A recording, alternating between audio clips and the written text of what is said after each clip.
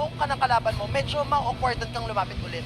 And grabe nga ang poke na pwede nating makita muli kay Yue na I would say Game 1 ay isa siya sa mga naging pinakamalaking rason kung Yes. bakit nanalo sa mga objective fights ang Blacklist International. Ano kaya magiging sagot ng Minana Evos dito? Sinubukan nilang sagutin with a healer na isa sa mga specialties, ika nga, ni Miles AR. Kailangan lang talaga maging mabilis kasi yung favor pa nung yung Yes. sa may roam boots, parang hindi mo masyado pangaramdam yung Florina as early as possible kung hindi pa nakamax. Ito pala kung babalikan natin, sabi natin maganda yung naging performance ni Yue. And ang isa sa tututukan naman ngayon for Minana Evos is yung mga previous games nila na nanalo sila. At taas na winner percentage pagkagamit ni Doming is yung Claude. Kasi Yes. meron silang variety na biglang magsisplit push. Oo. And grabe yung performance talaga ni Doming, no, kapag Claude, hindi siya masyadong nagti-team fight until kailangan na niyang sumama sa team fight. Sobrang nagpapa-farm lang talaga siya, kagaya na ginagawa niya ngayon. Tapos, hindi siya nakikipagbalagbagan agad ng early stage of the game pa lang. 3-man rotation mula sa Minana Evos. Talagang ayaw nilang bigyan ng chance si Oheb dito na i-dominate si Doming. Tignan natin ating emblem build. Mas madaming agility ngayon for the side of Minana Evos. Meanwhile, bago to walang nag-agility para sa side Oo ng nga, no? Blacklist. Firmness talaga yung gusto nilang gawin. Kasi nga naman, kung extended team fight lang din naman ang paglalabanan, hindi nyo kailangan masyado ng movement speed. Kailangan nyo lang maging makunat. Kayo nang bahala dyan sa harapan. O parang okay na sila dun sa wilderness kasi doon naman lang usually yung team Yes, fight, di ba? yes. So parang hindi sila more on a ganking. So kaabang-abang kung paano magiging difference para dito sa ating dalawang players. At totoo yung sinabi ni Umi na parang ayaw talagang bigyan ng chance si Oheb na dominate doon sa top lane. Mga tatlong tao agad ang nandoon sa may bandang itaas. Pero kung titignan ng ating top lane career most pick para kay Edward, Bene pa rin talaga. 46 games on Benedetta na sa ngayon ay bumabalik sa mga XP lane pool natin, no? Pero usually parang second or third choice pa kapag na-ban out na mga meta. Malapit na lumabas ang pinakaunang bagong ng larong ito at mukhang mauuna sa pwesto si Sensui. Oo, meron na agad taga-sipat para sa ng Blacklist International. Although level 4 na parehas ng ating mga post-war for both games, or for both teams. Pero nga lang si Renny J dito halos wala na buhay. Sakto! Decimate para kay Case and AR, so walang taga-set of play para sa side ng Blacklist. Nagkabog. Habang meron naman dito Ton, pero penalty zone walang tatama at doon Blacklist International. Ito na yata ka ng chance, famous fighter. Para kay Lord sa MAR, habang si Sensui naman makakakuha ng turtle. Hindi pa na-boss sa team fight. So MAR si Doming. makaka-solo kill sa may top lane. Paano nangyari yon? Oheb going down, a solo kill on the side of Doming. Kanina nung first series, ilang beses nating nabanggit na ito yung isa sa mga kasalanan kapag gold laner ka. Hindi ka dapat nasa solo kill. Oo, kasi nagiging mahirap talaga. And considering na Blacklist International pa yung nakakuha ng turtle objectives, meaning nagkaroon ng extra shield si Oheb noong nakikipagbalagbagan siya kay Doming. Kaya lang, grabe kasi talaga mampoke si Doming AR in his Claude. No, ito yung mga isa sa mga specialties ika nga ni Doming. At isa rin sa mga, sabihin na natin kahit na nerf na hero ay Oo. talagang nakakalusot pa rin in compositions like this one. Tsaka parang hindi mo kasi ma-nerf yung player eh. Tsaka si Oo. Doming dito pansin ko sa kanya, talagang sagad yung BMI. Yung parang konting-konti na lang, pag medyo pasmado eh, hindi makakapag-BMI out. Mga ganong moment. No. And naalala ko din lang, no, parang yung MSC Championship Kelra na nag-upload din. Talagang sulit na sulit ang BMI. At Minana Evo, sulit na sulit ang kanilang emote. Dahil mas madami pang emote kaysa sa kill ang larong ito. Oh. Laban na laban. Bawal muna kasi kailangan muna natin emoticon muna ang ating pwedeng gawin. Pero ito na naman sinasabi natin mga pokes para sa side ng Blacklist International. So may top lane, gagamit yung mga skills doon. Blazing Duet para kay Doming AR just to clear the minion wave at merong damage against Oheb. So walang casualty at wala ding masyadong nangyari. Sakit na agad. Parang bakit Paano yun? pagka ako yung nagkuklod, yan pa lang naman item ko, DHS pa lang. Baka yung bulaklak ng Flori. Alam mo, buti na lang hindi tayo yung naglalaro buti ng na lang. Claude. Buti sila. Kasi nga naman, ang ganda ng itemization. Tapos kung titignan natin, nag-Blazing Duet siya kay Oheb nung mag-isa na lang si Oheb. Ibig sabihin, hindi nahati yung oo. bawas ng Blazing Duet. Tapos tinanggap talaga ni Oheb. At ang hirap nun kung tatangkihin mo yung buong Blazing Duet. Pero Turtle muli ay sisimula ng Blacklist International. Mahihila ito ni Edward at Sensui pero nandyan sa may bandang entry. Lord JM Kaizen din, nag-aabang lamang ng tempo para agawan ang Blacklist International. Kanina nagkakontrahan at unang na-kill si Renegade bago mag-third na team fight, kaya medyo maingat ngayon ang Blacklist kung kailan sila unang papasok. Lance AR dito sa mga pokes and so mag-deal ng damage. Habang si Edward naman gagawin na kanyang penalty zone break by Strider, walang tatamaan doon. At the turtle mapupunta kay Lord JMAR at dediretso pa nga for the team fight. Renegade pa may flicker out. Edward ang kukuha lahat ng damage. Not enough nga lang para sa inaminana disengage for both teams. Lord JM, flicker stun, agaw ng turtle. Ganun na pala maglabo-labo ngayon. Alam mo kung papansinin natin, no, hindi man, kumbaga nagulat tayo dun sa pagkakakas niya ng Bravest Fighter. Bigla siya nag-flicker, tapos bigla niyang binagsak yung stun niya, tapos nag-timing lang din naman na sobrang ikli na ng buhay ng turtle kaya siya yung nakakuha nun. Parang ano yan, malasandali. Oo. Akin yan. Oo. Akala ko nga gusto niyang patayin doon si Sensui, pero sinay ko tayo eh. Yes. Kumbaga parang anong si Sensui, mas gusto ko yung turtle. It's all part of the plan. Kala nyo ito play ko, no? Hindi, ito. Huwag mong ipapaalam ang next move mo. Tama. Kaya din nag-trending yun, naloka din. Tinagalog. Oo. Totoo naman, di ba? Tama, Pag pinaalam tama, mo tama. yung next move mo, parang dapat di mo na lang sinabi. Tama. Hindi na nagme-make sense. Kasi pag sinabi mo, Hindi alam na nila yung next oo, move mo. kasi nalito ako bigla kahit Tagalog naman. Ba't kaya 2-0 at score? Pinanaibas kayo ng lamang in terms of gold. Ba't kaya pinaka-importante is kung paano magiging gold conversion Yes. para sa ating mga gold laners. Yung mga no na yan mamaya mararamdaman natin. Si Lord JMAR talagang hindi siya nagdadalawang isip. Nagpapatumpik-tumpik pa. Oo, May talaga. ulti, go.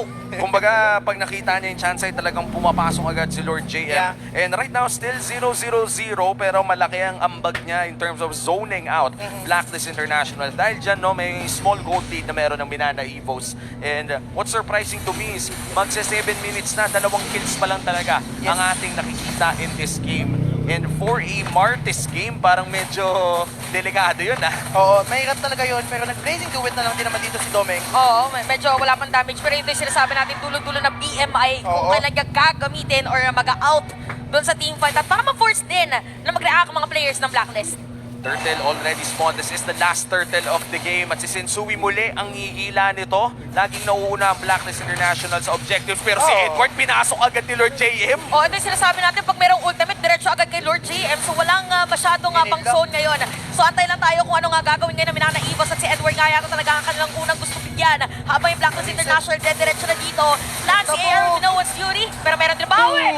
Diretso, dalawa tumalon. Meron pa kasama doon na penalty zone. Habang si Sensui ay zone out dito. Si Kaizen AR, flicker in pa nga. And Sensui with that kill.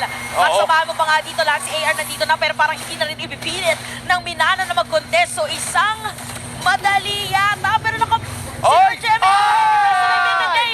meron palang nagaganap. May- Turtle plus kill.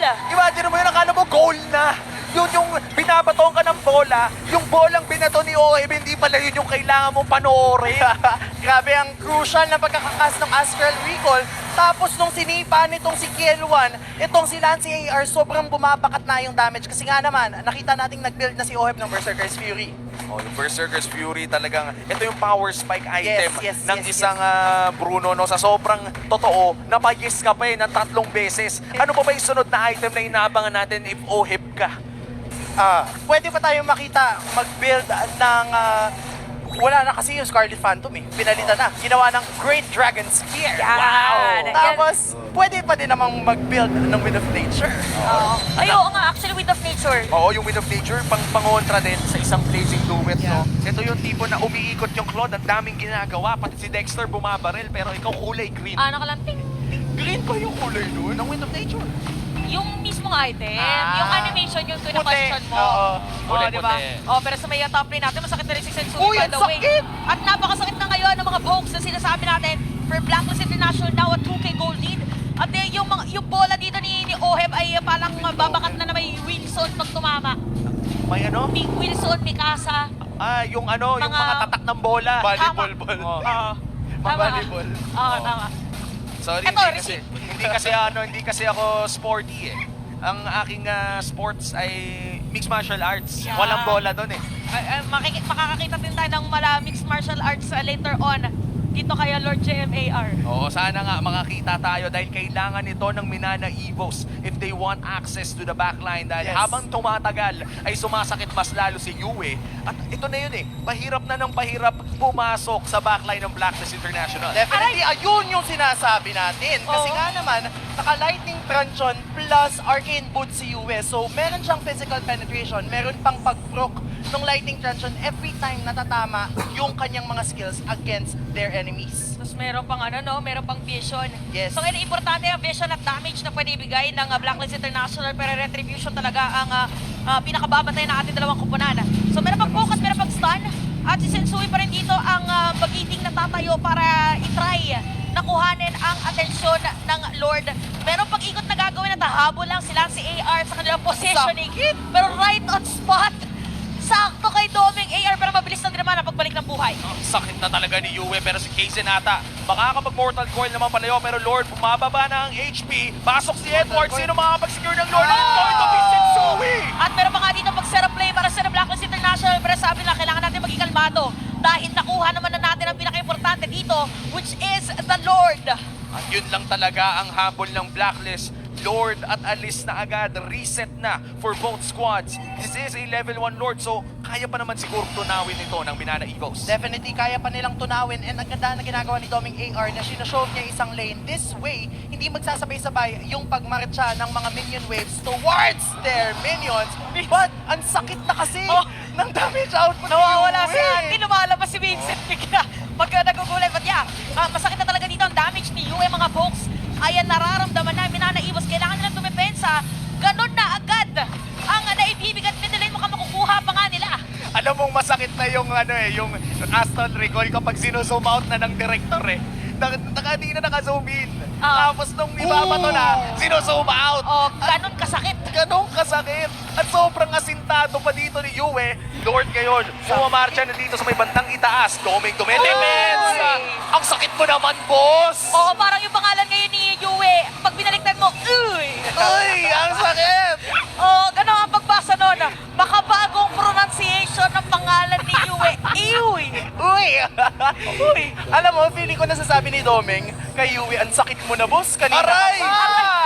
Kaya parang paisa-isa, parang mala Beatrix nung kapanahunan nung napakasakit na damage niya, pero papasok din rin Sakit talaga niyo, oh. Pero yung mga hooks, at parang talaga si Doming AR nagigit na target nila. Target practice. Men, ewan ko bawal sa time zone to si Yue. Parang yung mga kailangan may tamaan, bawal talaga ang sakit! Saktong-sakto, meron din tinamaan ng penalty zone para lang ma-zone out nakuha. Pero may bawi ng Minana, meron sila setup rin na gagawin, pero not enough damage para sa kanila. Habang si Rene J, meron din nag-spare stop. Buhay! Saka pa si Ohe, may buhay pa rin. Kaysa na mamamatay, at isa pa nga sa kamay dito ni Yue. Grabe si Yue this game. Alam mo, okay yung effort ng Blacklist. Pero Yes. parang 50% ng ginawa nila sa siege na yun, si Yue yung nag-ambag. Parang billiards. O parang billiards na nangyayari. Makikita natin Doming AR na try ang kanya best para dumepensa. Ginamit ang blazing duet para sa kanya. Pero not enough yata ang damage. So minion wave ngayon ng Blacklist. Pero tinulungan Sensui. Mabubuhay pa nga after securing a kill against Doming AR. Probably endable at lumabas na nga ang mga camera. Meron pang minion wave para sa the Blacklist. Pero tingnan natin kung madadepensahan. Dire-diretso lang dito sa base ng Minana at pipilitin ni Kaysen AR na palikuin ang mga minion wave. Oh, 3v5 scenario. Sensui nakauko naman ng isa. Pero si Oheb, sabi niya ayoko na gusto ko na tapusin to. Pati si Rene J, yun din ang gusto nila. Kailangan nilang padaanan minion wave sa may top lane pero pipilitin pa rin Minana Evos sa dumepesa. Haba, isa, dalawa, tatlo. It's gonna be a sweep for Blacklist International. At 3 puntos din ang nakuha ng Blacklist. Matapos ang sweep na to, and this winning moment is brought to you by your official sponsor, FWD Life Insurance.